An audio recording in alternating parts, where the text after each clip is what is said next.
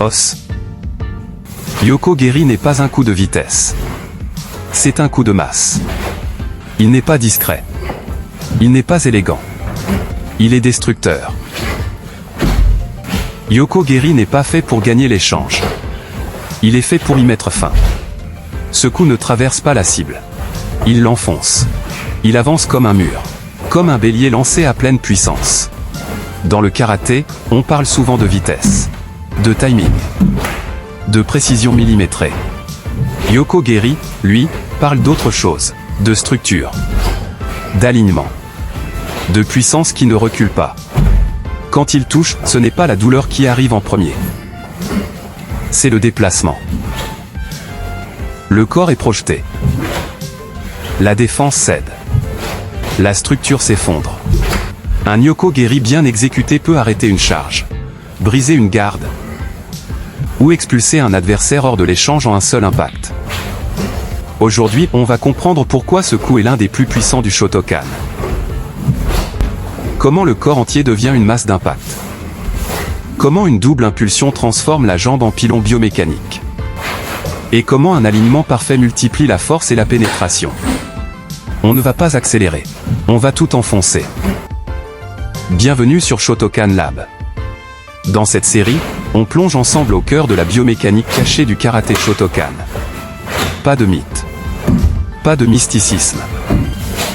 Ici, on recherche le vrai, ce que le corps fait réellement, ce qui génère vraiment la puissance, la vitesse et la précision de nos techniques.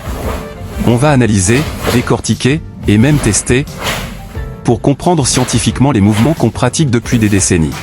Pourquoi ça marche si bien? Comment optimiser chaque geste pour devenir plus efficace, plus fort, et plus conscient de son propre corps? Le Shotokan est un art ancien, mais sa logique physique est incroyablement moderne. Prêt à redécouvrir ton karaté sous un nouvel angle? Alors, c'est parti. Chapitre 1. Chaîne cinétique ultra puissante. Yoko Geri est un coup latéral. Et cette latéralité change tout. Un coup frontal engage l'énergie. Un coup latéral engage la masse. Tout commence au sol. Le pied d'appui pousse violemment. La jambe se tend. La hanche s'engage comme un vérin hydraulique. L'énergie remonte. Sol. Jambe. Bassin. Tronc. Jambe de frappe. Talon. Rien ne se disperse. Tout est dirigé contre l'adversaire. Le corps avance en bloc. C'est pour cela que Yoko Geri n'est pas un coup rapide. C'est un coup lourd. La différence est cruciale. Un coup rapide transperce. Un coup lourd déplace. Yoko Geri ne cherche pas à percer. Il cherche à faire céder la structure. Garde haute. Elle recule. Centre de gravité adverse. Il bascule. Avancée frontale. Elle s'arrête net. Ce n'est pas la jambe qui frappe. C'est le corps entier qui percute en profondeur. Chapitre 2. La double impulsion. C'est ici que Yoko Geri devient redoutable. La majorité des pratiquants n'utilisent qu'une seule impulsion. Ils lèvent la jambe. Ils frappent. Les experts, eux, utilisent deux temps distincts. Premier temps, la hanche sort. Le bassin s'engage latéralement. La distance est créée. Le corps s'élance. C'est une impulsion de placement. Elle permet d'entrer dans la cible sans encore délivrer sa pleine puissance. Deuxième temps, le genou s'étend brutalement. C'est là que le coup devient destructeur. La jambe se déploie.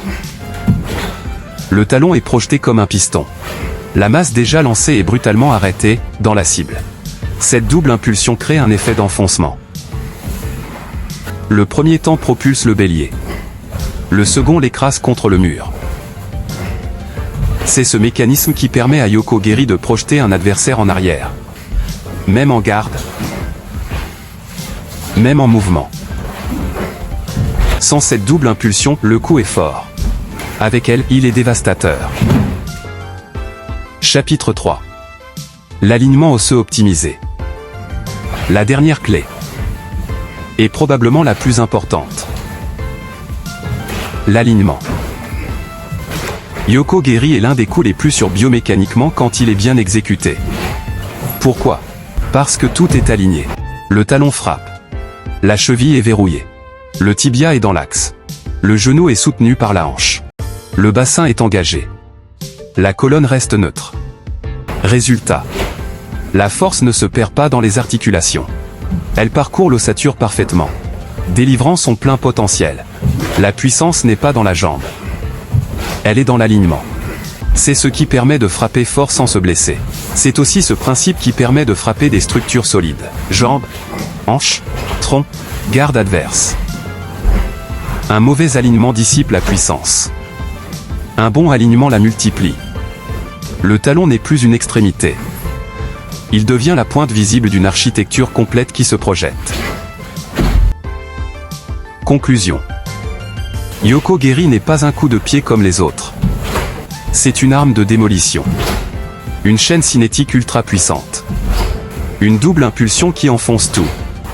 Un alignement osseux qui transforme le corps en bélier. Il ne cherche pas la vitesse. Il cherche la rupture. Et comme souvent en Shotokan, la véritable puissance ne vient pas de l'effort, mais de l'alignement parfait du corps dans l'espace. Et dans l'intention. Comprends Yoko-Geri.